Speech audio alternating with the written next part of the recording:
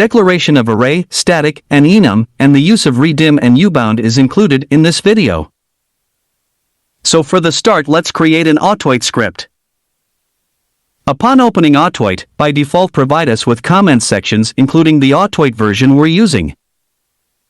Author for us to include our identity and the script function or purpose. Here's an example of an array of declaration. Arrays are declared when a variable is added together with the square bracket like this.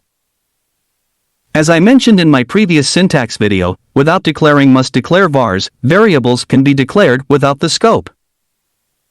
This isn't the case for declaring array. Declaration of array scope is required to be dim, global, or local.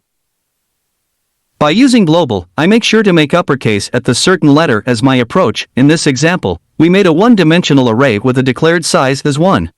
And with a value containing I'm an array. Remember that the number declared as size in the array differs from the number element inside the array. Arrays can contain multiple data types at each element. And, same as variables, it changes its data type to what you assign. Let's make something out of it by putting it into the message box text. To call the value inside the array, require to specify the element, in number, where the value is placed. Remember, in accessing the array, elements start from 0, so in this example, we have one value and it is placed at the starting element of an array, which is 0. Okay, next let's add a two-dimensional array. Remember that an array is composed of squared brackets and the elements are separated by commas. For the second dimension, we open another square bracket and again, its elements are also separated by commas like this. And to access the two-dimensional array, it also requires two squared brackets. The first bracket refers to the first point where the elements are stored and the next bracket refers to the elements.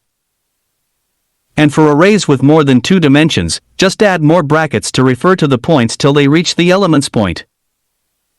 The array can be declared without size like so.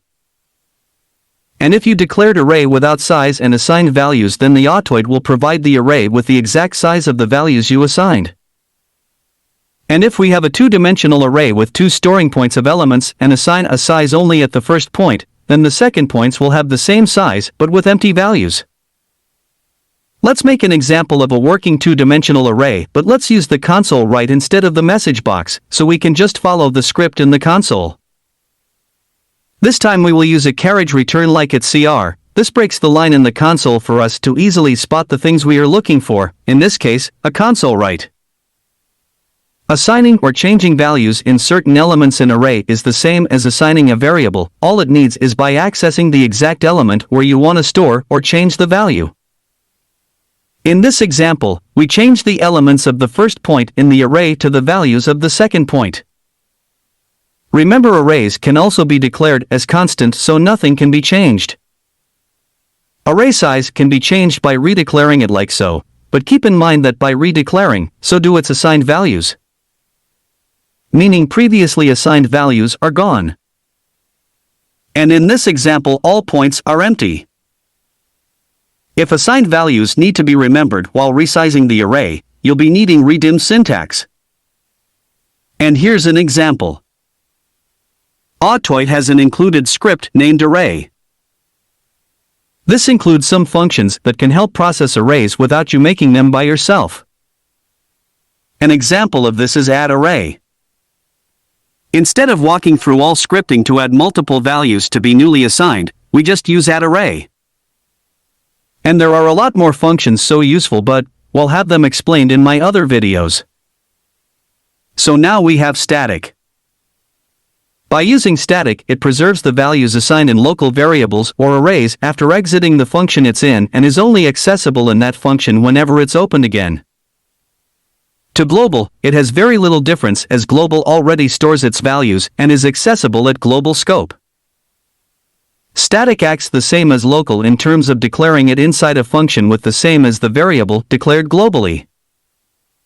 When initializing a static, the initialization value is evaluated and assigned only the first time, when the variable is created. On all subsequent passes, the initializer is ignored. And lastly, we have enumerator or enum. It enumerates variables as constants. By default the first constant is 0 and the rest will increment by 1 from there. Here's an example. Let's apply it in an array. Enumerates can be used as easy-to-read index values for an array. Here are some more examples. We can use it as an alternative in declaring the size of an array. This way adding new variables in enumerate will result in a change of size directly in declaring an array. Array size can be found by using UBound, and to this, an array can be resized knowingly avoiding errors with inaccuracy. UBound though is a great syntax for manipulating arrays accurately. It's not easy to read or apply when array is extensive, that's why it's more reasonable to use enumerates.